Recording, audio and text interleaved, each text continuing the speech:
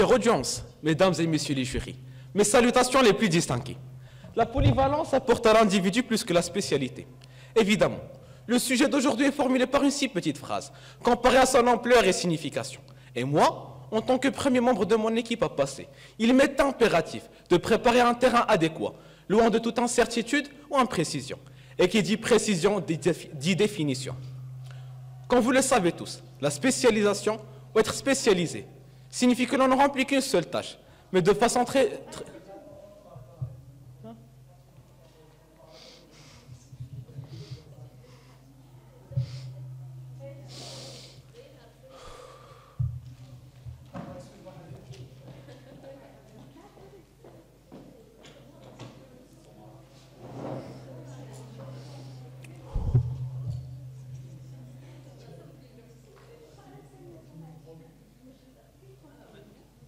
Chère audience, mesdames et messieurs les jurys, mes salutations les plus distinguées. La polyvalence apporte à l'individu plus que la spécialité. Évidemment, le sujet d'aujourd'hui est formulé par une si petite phrase, comparée à son ampleur et signification. Et moi, en tant que premier membre de mon équipe à passer, il m'est impératif de préparer un terrain adéquat, loin de toute incertitude ou imprécision. Et qui dit précision, dit définition. Comme vous le savez tous, la spécialisation, ou être spécialisé, signifie que l'on ne remplit qu'une seule tâche, mais de façon très précise. Par contre, être polyvalent, c'est pouvoir faire beaucoup de choses, mais sans en faire aucune parfaitement. En d'autres termes, un avocat, dit généraliste, est un touche-à-tout. On pourrait recourir à ses services pour traiter tout type de problèmes juridiques. Mais si l'on a une affaire de grande importance, je donnerai l'exemple d'une procédure de marché public.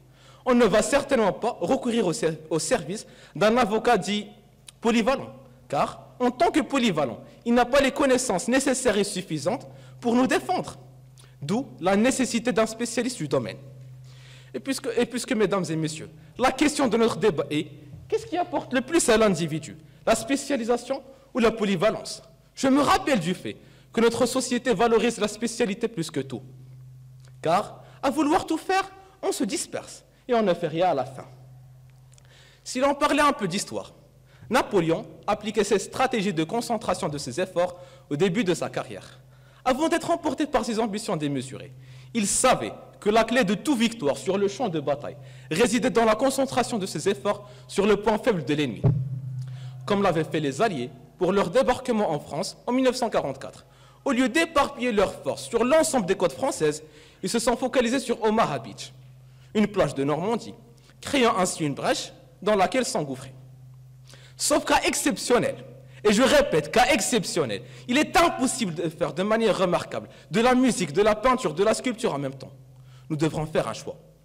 Et comme le disait Robert Greene, on gagne plus en exploitant un filon riche et profond, qu'en faisant de l'orpaillage. L'intensif l'emporte toujours sur l'extensif.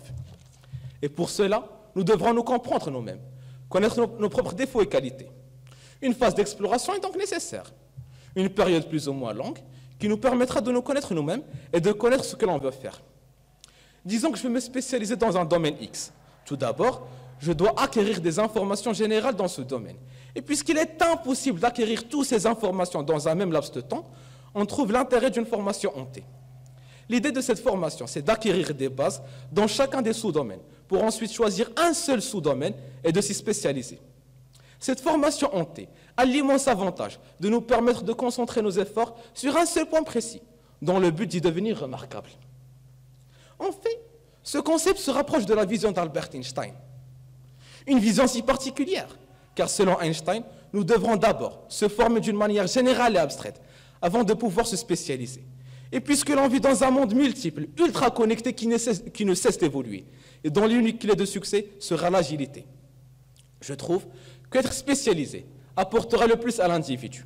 Car, en tant que spécialisé, je pourrai m'adapter avec les nouveautés technologiques du domaine auquel je m'intéresse. Par contre, en étant polyvalent, je ne pourrai plus m'adapter avec toutes ces nouveautés technologiques de tous ces domaines auxquels je m'intéresse. Ainsi, une personne dite polyvalente aujourd'hui sera dépassée par les nouveautés technologiques de demain. Je termine donc mon intervention et confirme que être spécialisé est ce qui apportera le plus à l'individu. Merci.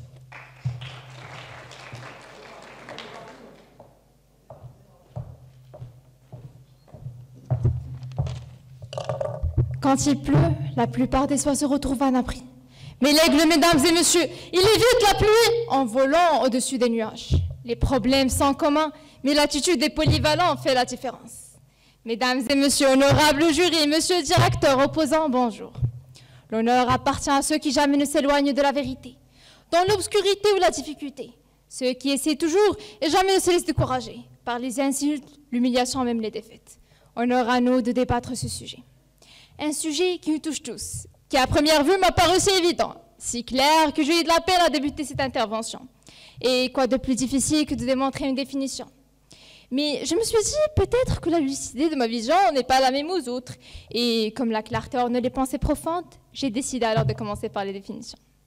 Le mot polyvalent qualifie une personne qui possède différentes compétences et peut assumer différentes fonctions. On dit quelqu'un de polyvalent.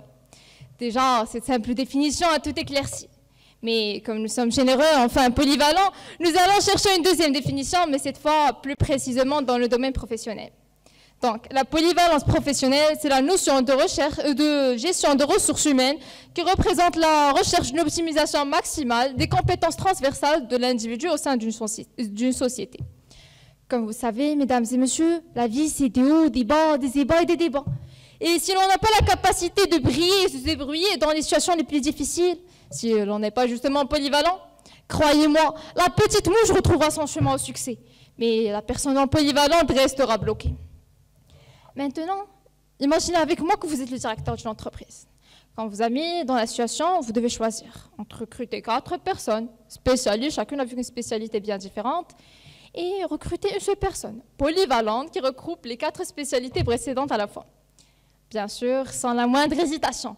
Vous allez recruter la personne polyvalente et immédiatement, car de 1, cette personne va vous minimaliser les salaires. Certainement, vous allez la payer avec un double salaire parce que le mérite à l'évidence. Mais ça serait moins cher que de payer 4 salariés. Et de 2, cette personne polyvalente sera capable de résoudre différents problèmes. Et dans les situations les plus difficiles, elle brillera aux éclats.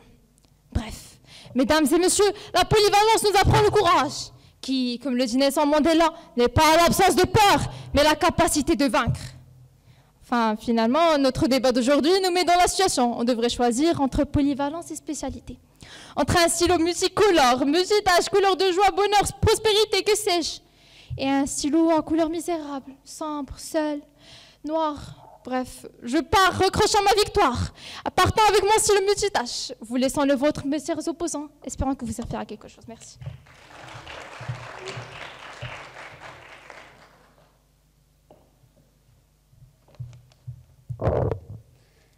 Chère audience, honorable jury, opposants, bonjour. Opposants, certes la flexibilité est un des critères de l'emploi, mais soyons honnêtes, ce n'est pas toujours la vérité qu'on écrit sur nos CV. En fait, les enquêtes menées par l'Institut national de la statistique et des études économiques, qui comparent le phénomène de la rotation régulière entre les postes, confirment sans ambiguïté la dimension péjorative de la polyvalence. Ce sont les moins à non qualifiés qui se prétendent polyvalents. Mesdames et messieurs, on ne peut pas être polyvalent. C'est un rêve loin d'être réalisable. On est des humains. Prenons comme exemple un domaine où on ne peut pas être polyvalent. Celui qui vous intéresse le plus déjà, les sciences. Elles ne cessent d'évoluer. Alors comment prétendez-vous être capable de rester à jour à tous les niveaux ? C'est impossible. D'où la réponse à la question à propos de laquelle apporte plus est bien évidente. Bon, admettons que vous l'êtes vraiment, que vous êtes polyvalent. Exécuter plusieurs tâches dans différents domaines vous épuisera. Imaginez, vous, seul, faites ce que 5 personnes sont censées faire. Ça mène directement à la dépression, au burn-out. Et n'est-ce pas injuste ? Vous pensez que vous serez payé plus ? Tout l'intérêt d'employer un polyvalent est de réduire les frais. Sans oublier, vous allez devoir affronter un obstacle à cette réussite, à ce succès dont vous rêvez. La compétition. Nous sommes 8 milliards sur Terre. Qu'est-ce qui vous fait penser que votre polyvalence, en d'autres termes, votre niveau de maîtrise et connaissances standard, vous distinguera? Quant à l'employeur, dépendre des employés loin de la spécialité se répercutera sur la quantité et la qualité du produit. Et donc, cette polyvalence apportera ruine plus que fortune à la société. Passons. Opposons, parlons un peu de la société. La société existe pour servir l'individu. Donc, ce qui lui nuit doit être évité, non? Chers opposants, cette polyvalence qui vous fascine autant cause un désastre qui menace le développement de la société. Les polyvalents occuperont 5 à 10 postes, laissant les spécialistes plus fiables, plus compétents, sans emploi. Et donc on aura, même si ça va vous paraître contradictoire, mais ce ne l'est pas, une surexploitation des ressources humaines et du chômage. En outre, certes, on a intérêt à être polyvalent, mais ce n'est qu'au début. Cette polyvalence passe par rendre de celle-ci une compétence originale, une spécialité. Mesdames et messieurs, la polyvalence existe au service de la spécialité. Finalement, opposants, vous avez une vie personnelle, non? Elle vous importe, je l'espère. Parce que occuper, plutôt sacrifier votre temps visant la polyvalence, vous n'en aurez plus pour le sport, pour votre famille, pour ce qui importe le plus, du temps pour soi. Et ne me dites pas que vous visez la polyvalence parce qu'elle vous plaît, parce que vous voulez satisfaire votre curiosité, parce que c'est là où on doit distinguer entre faire quelque chose par passion et pour acquérir une compétence. Et par compétence, ça veut dire savoir-faire. Parce que si votre but est ce dernier, c'est beaucoup plus pénible que vous ne le croyez. Enfin, cela dépend de votre sérieux, bien sûr. Merci.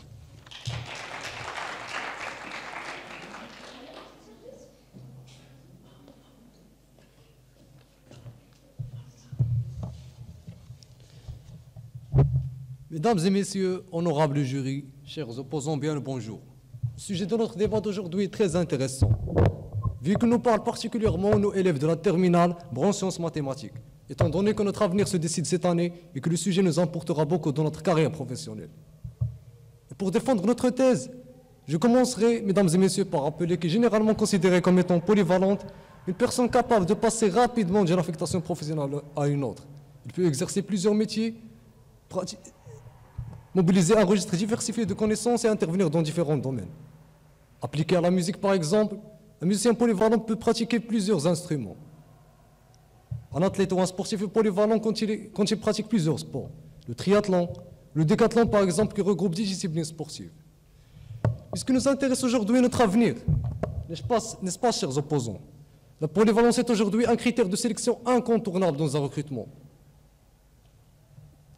Tout employeur, quel qu'il soit, rêve de recruter une personne experte dans plusieurs domaines. Un spécialiste du marketing digital, certes, mais qui connaît aussi tout de la fiscalité exotique dans tous les paradis fiscaux du monde, et qui encore n'ignore rien des dernières évolutions du droit du travail au Maroc, en Allemagne, au Japon et au Pérou. Ou alors, il recherche une personne disposant d'une bonne culture générale, ayant pratiqué plusieurs métiers, maîtrisant plusieurs langues, et étant passé par différentes fonctions, la production, le marketing, les ressources humaines, etc. Mais la polyvalence, mesdames et messieurs, est surtout valorisée en PME, en petites et moyennes entreprises. Là, on a besoin de gens capables de faire un peu de recrutement, un peu de fiches de paye, un peu de comptabilité, un peu d'accueil téléphonique, ou même de servir les clients comme personne disponible. Chère audience, nous sommes dans une période où le marché est constamment en transformation, notamment l'évolution technologique et l'instabilité des systèmes économiques. Et la polyvalence, mesdames et messieurs, permet une plus grande flexibilité pour s'adapter. La polyvalence est demandée pour répondre aux demandes mutantes et imprévues du marché. On conclut donc que la polyvalence est un atout indispensable pour qu'un individu soit performant, mais surtout efficace et efficient. Il faudrait juste arrêter de faire les aveugles, chers opposants. Aujourd'hui, mes chers camarades, à l'école, dans un entretien ou ailleurs, notre obsession est d'être remarquable. Plus personne ne remarque les vaches à la campagne. Ils ont beau produire le meilleur lait du monde. Ils ont toutes l'air identiques, de la même couleur et de la même forme.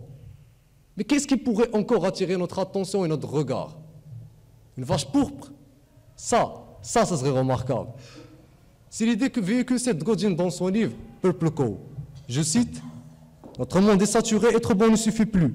Si l'on veut sortir de la masse, accomplir ses rêves et faire ce que l'on souhaite, il faut être remarquable. » Et croyez-moi, jeunes gens, la polyvalence joue un rôle pondérant pour qu'un individu soit remarquable, mais surtout pour qu'il soit un profil attirant et sollicité. Merci.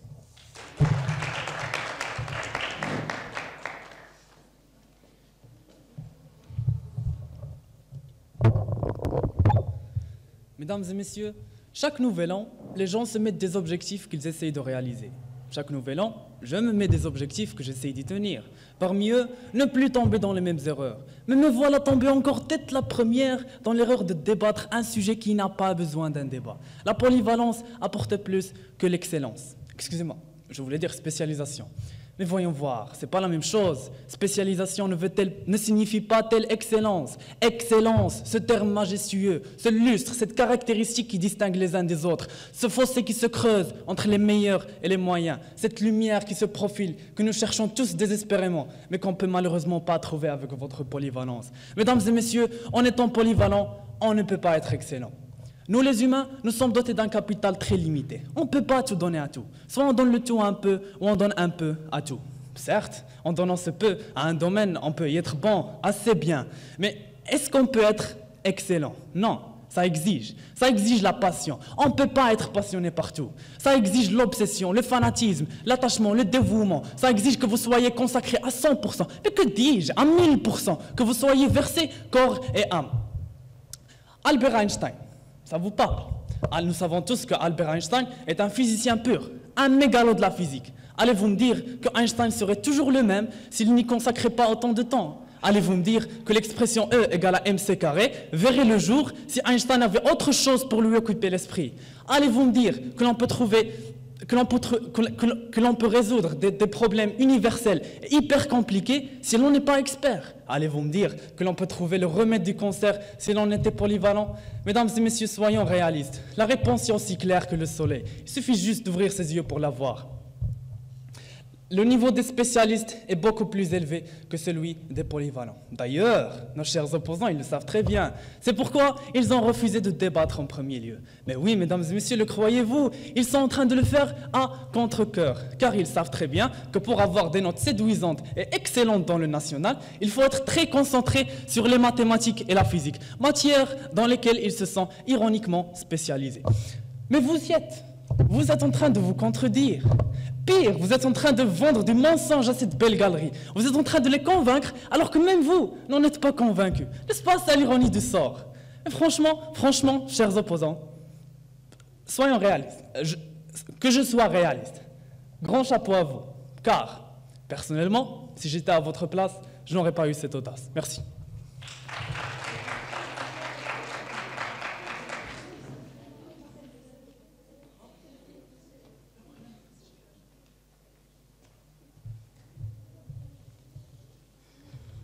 Donc d'abord, pour vous répondre, je vous dirais de 1, si je me souviens bien, on était les premiers à choisir de débattre. Et de 2, la spécialité ne signifie guère l'excellence. En fait, il ne faudrait pas construire les frontières entre les connaissances et les différents types de compétences pour exceller.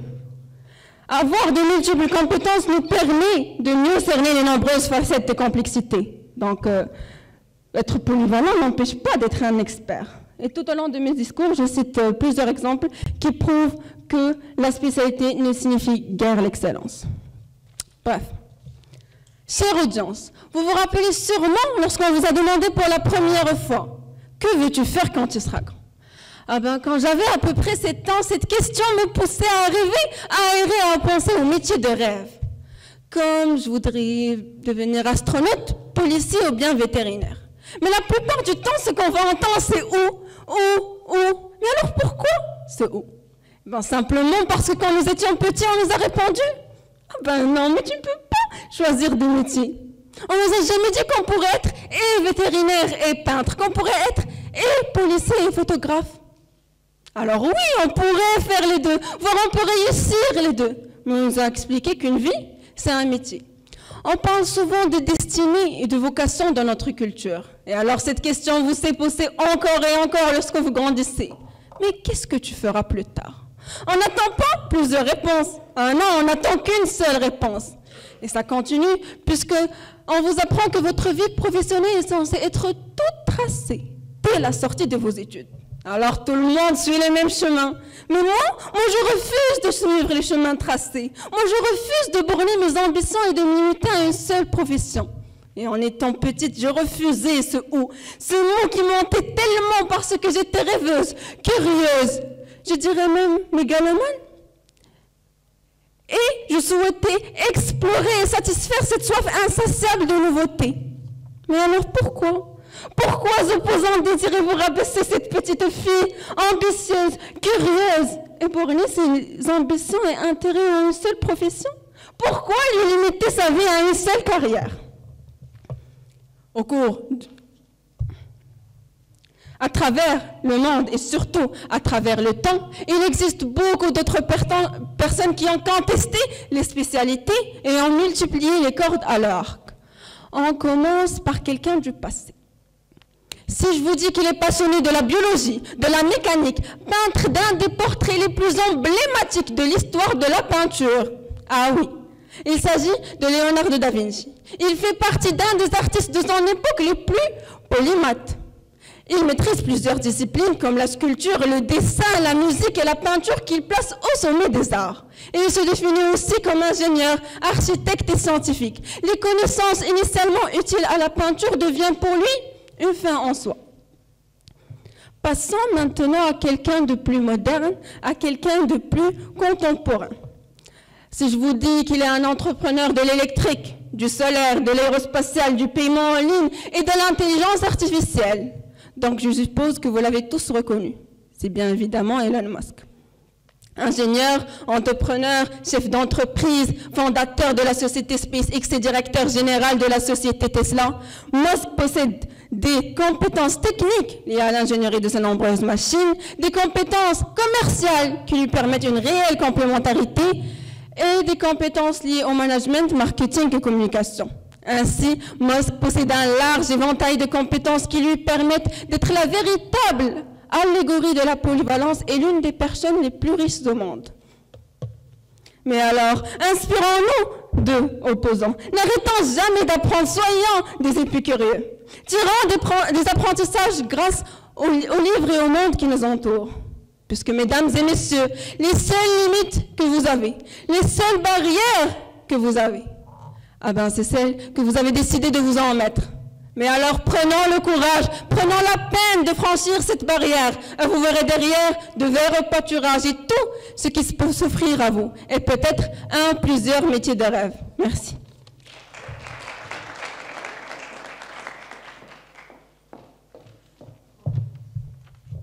Chère audience, honorable jury, opposants, bonjour. Alors, des stylos, des couleurs, et vous tournez autour d'un seul argument. Mais vraiment, cessez le baratin et passons en fait aux choses sérieuses. Donc, dans toute société qui se respecte, on trouve une médecin, un policier, un enseignant, une ministre, et la liste reste longue. C'est ce concept de rôle désigné, créé depuis la préhistoire par des homo sapiens primates, qui est le même que celui que nos sociétés modernes et contemporaines adoptent aujourd'hui. Et c'est d'une autre façon l'instinct humain de vouloir tracer le contour de son existence sous forme d'un rôle ou de quelque chose qui lui vaut une sorte de piédestal de la société. Et c'est ce qui crée une société polyvalente, une société qui, entre parenthèses, est riche, où chacun est spécialisé dans un certain domaine. Donc, pour de meilleurs services, pour une meilleure société et surtout pour une meilleure vie, la spécialisation est la clé et le pas d'avant que les pays du premier monde ont déjà franchi avant nous. Mais la contradiction dans laquelle tombent nos chers camarades de la science maths 1, c'est que je suis sûre qu'aucun d'entre eux ne voudra par exemple d'un prof de maths qui en même temps est prof de berbère et par exemple de la littérature allemande. Parce qu'ils sont intelligents, mes chers camarades, et savent pertinemment que ces 3 professions le rendront moins performant. Car, en effet, l'être humain n'a qu'une énergie qu'il divise sur un tas de petites activités. Et donc, il sera moins efficace et moins efficient dans chacune d'entre elles.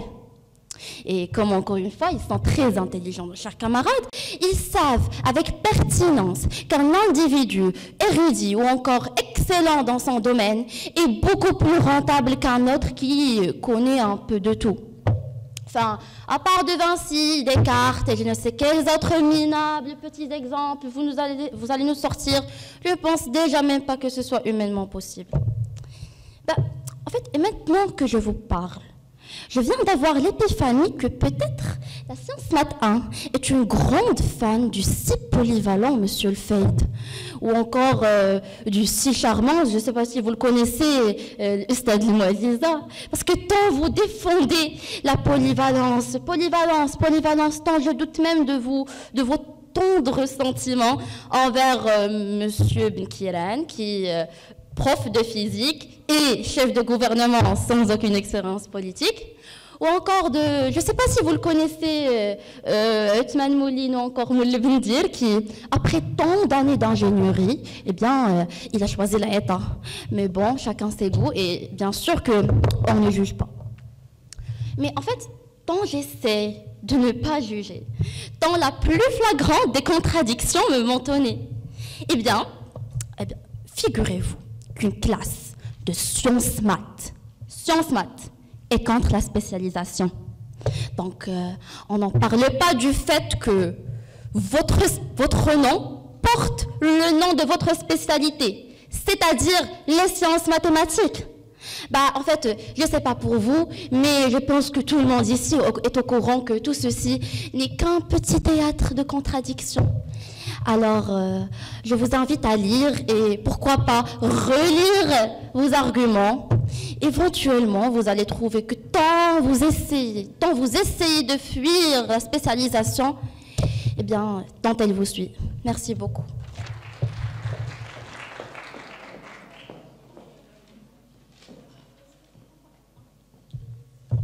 Alors, qui parle d'arguments? Quelqu'un qui ne cesse depuis tout à l'heure de nous rabaisser par son pessimisme en disant « on ne peut pas »,« ah, c'est impossible ».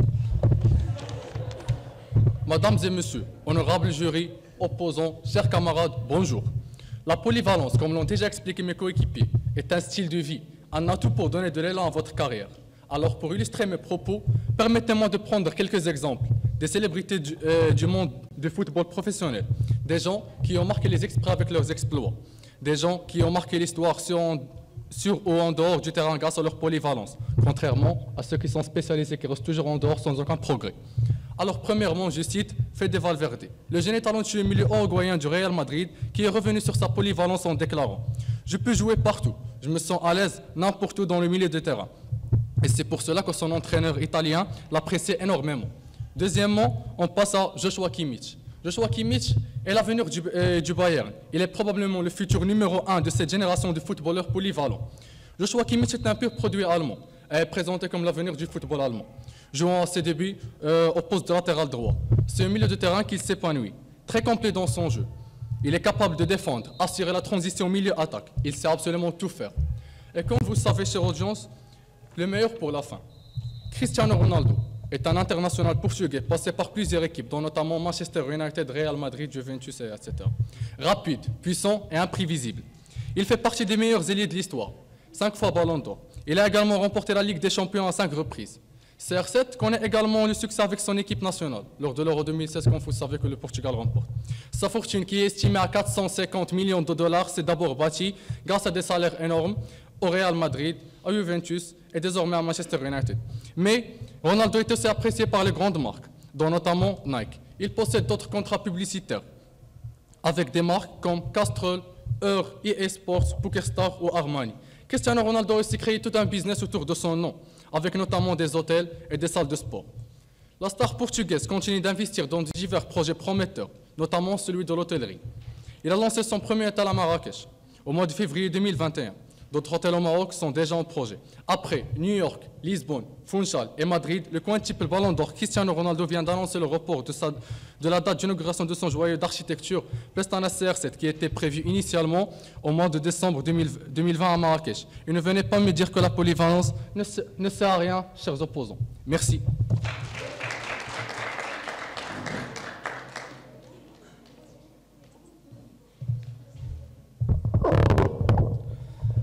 Mesdames et messieurs, un ami de tout le monde est un ami de personne. Nous avons beau avoir une pléthore d'amitiés, mais elles ne sont pas toutes de qualité. Elles ne sont pas toutes véritables pour la simple raison que chacune d'elles exige énormément de temps et d'intimité. Parallèlement, on ne peut pas avoir des relations fructueuses avec la polygamie, pour la simple raison qu'on ne peut pas partager équitablement son amour avec ses conjoints. Mes chers opposants, il s'avère que vous êtes mariés à votre profession, mais que vous êtes polygame. Félicitations, vous avez acheté la quantité au prix de la qualité. Vous avez négligé cette dernière alors que c'est elle la plus désirable des gens dans les produits qu'ils utilisent, et dans les services dont ils aimeraient bénéficier et dans les personnes auxquelles ils auront affaire.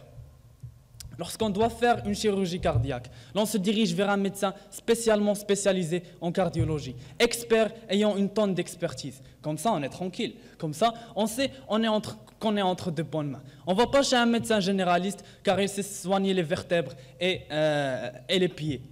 Prenons l'exemple de M. Habib Zitouni. Nous savons tous qu'il fait de la musculation. C'est très apparent. La question qui se pose, est-ce que si Habib faisait également du football ou du basket, est-ce qu'il serait aussi beau, aussi costaud et aussi esthétiquement satisfaisant? Non, la réponse est non. Prenons un autre exemple, l'exemple de moi-même. Moi, je ne vais pas chez un coiffeur spécialiste. C'est très apparent. C'est très apparent. Moi, je vais chez quelqu'un appelé Mohamed. Mohamed est un coiffeur polyvalent. Il est épicier, ksel et coiffeur. Et ça explique très bien pourquoi ma tête, elle est toujours aussi bien déformée et toujours aussi bien déglinguée. Mesdames et messieurs, si l'on voyait grand dans la vue d'ensemble, on trouverait que chacun de nous doit occuper un certain poste dans la société, à travers lequel il gagne de la valeur. Médecin, coiffeur, homme de ménage, professeur, peu importe combien nombreux sommes-nous sur Terre. Si chacun de nous faisait son travail en bonne et due forme, avec la qualité d'un spécialiste, nous serons meilleurs. Et merci.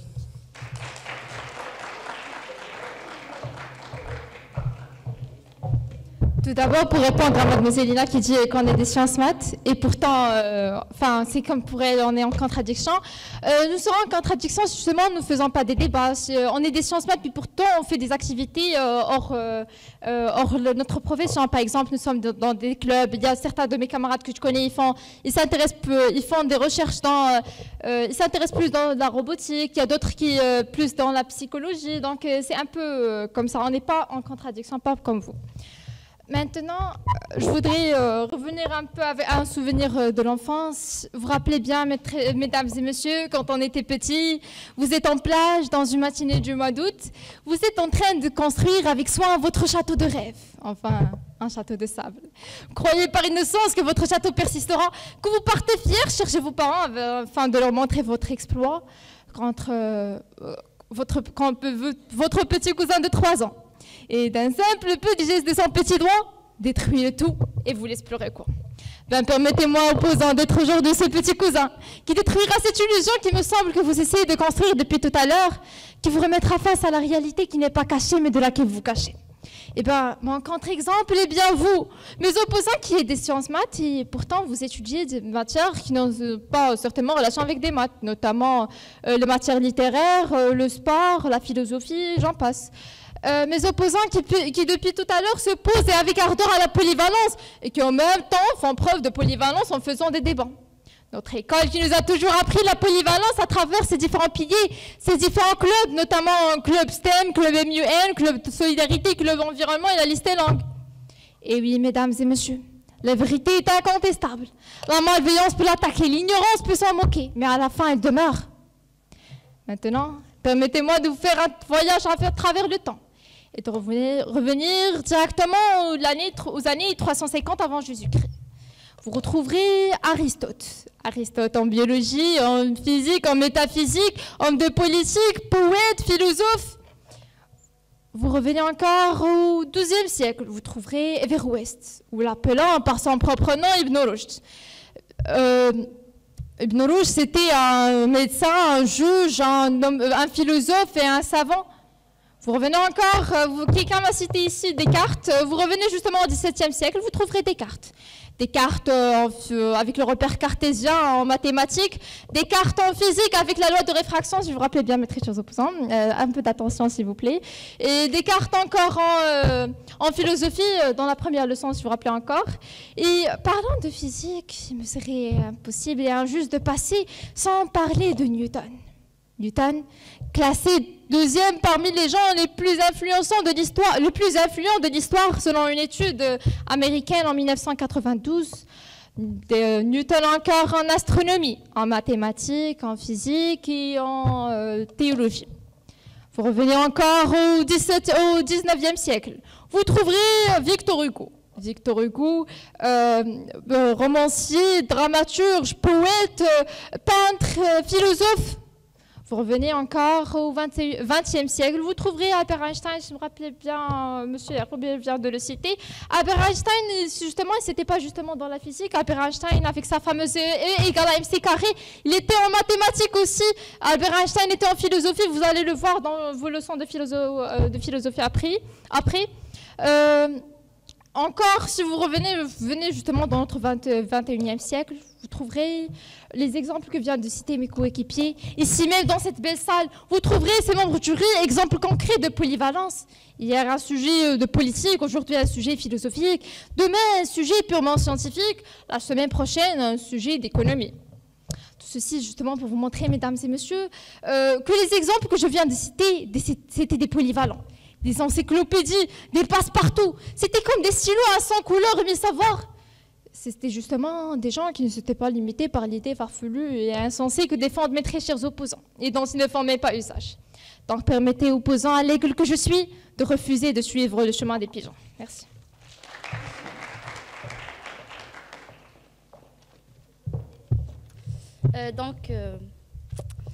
Chère audience, honorable jury, opposants, rebonjour.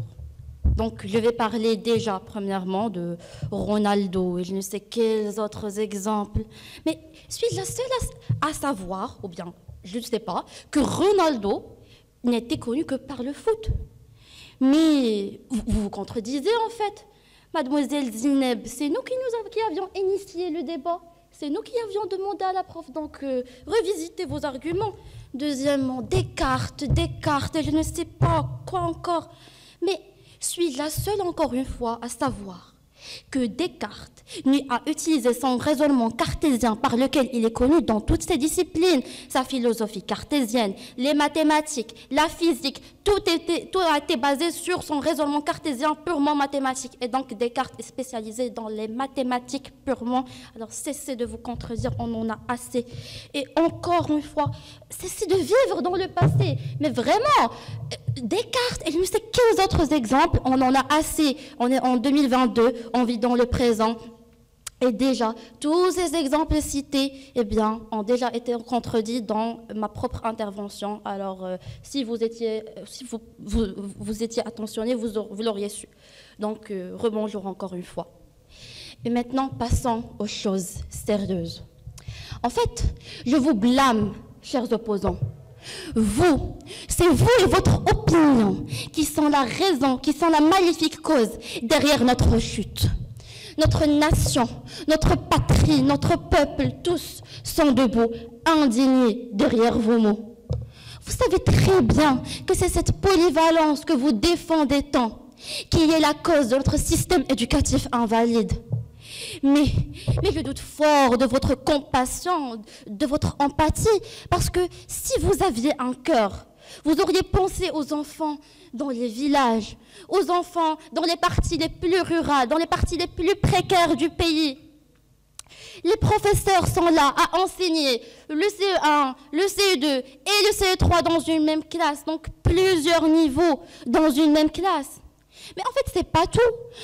Prenons par exemple un prof d'arabe, mais il enseigne aussi le calcul, l'histoire géo, le sport, je ne sais pas quoi d'autre. Donc, diverses matières, divers niveaux, polyvalence dans une même classe.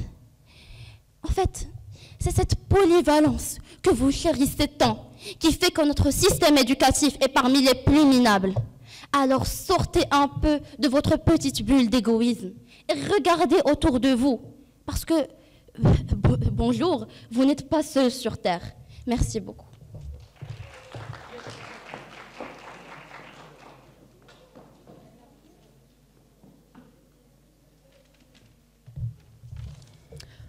Opposants, avant même que ce débat ne débute, j'essayais de prévoir vos contre-arguments, votre analyse du sujet et la maîtrise de votre position. C'est alors que vous ai prêté toute mon attention durant chacun de vos passages, pour ne rater aucune de vos sottises et disant qu'il y en a eu plusieurs. Alors, on commence. D'abord, Monsieur Habib, vous avez commencé par confondre la généralité et la polyvalence, alors qu'il s'agit de deux termes différents. On passe, mademoiselle seulement, vous avez dit qu'une personne polyvalente ne me permet pas d'avoir plusieurs patients, alors que c'est le contraire. Non, le fait d'être une personne polyvalente me donne la chance de poursuivre tous mes patients. On passe, Monsieur Walid, en pensant que vous êtes très drôle, vous citez des blagues à propos de Monsieur Habib pour essayer de nous prouver que la spécialité apporte plus à l'individu que la polyvalence, tout en négligeant tous et nombreux exemples tangibles qu'on a cités. Mais qu'en est-il de votre argument? À ma plus grande surprise, vous n'avez fait que de tourner autour du même pot et de répéter que la polyvalence empêche la personne d'être un expert et que les personnes polyvalentes sont les moins qualifiées. Alors non. Tout au long de tous nos discours, on vous a prouvé que les personnes polyvalentes ne sont pas moins qualifiées puisqu'on peut exceller en plusieurs domaines. Au milieu de votre rage et de vos haussements de voix, je cherche des arguments tangibles, je cherche des arguments concrets, mais je n'en trouve pas. C'est alors que je me contente, au cours de cette minute qui me reste, à prouver au jury et à l'audience l'inexactitude de vos propos. Mais alors, chers opposants, ici même, debout sur ce pupitre, vous défendez la spécialité tout en étant un aigle laraki, vous défendez la spécialité tout en étant leader, tout en étant démocrate, international, serviable, citoyen du monde. Alors comment pouvez-vous défendre la polyvalence tout en étant des polyvalents? Merci.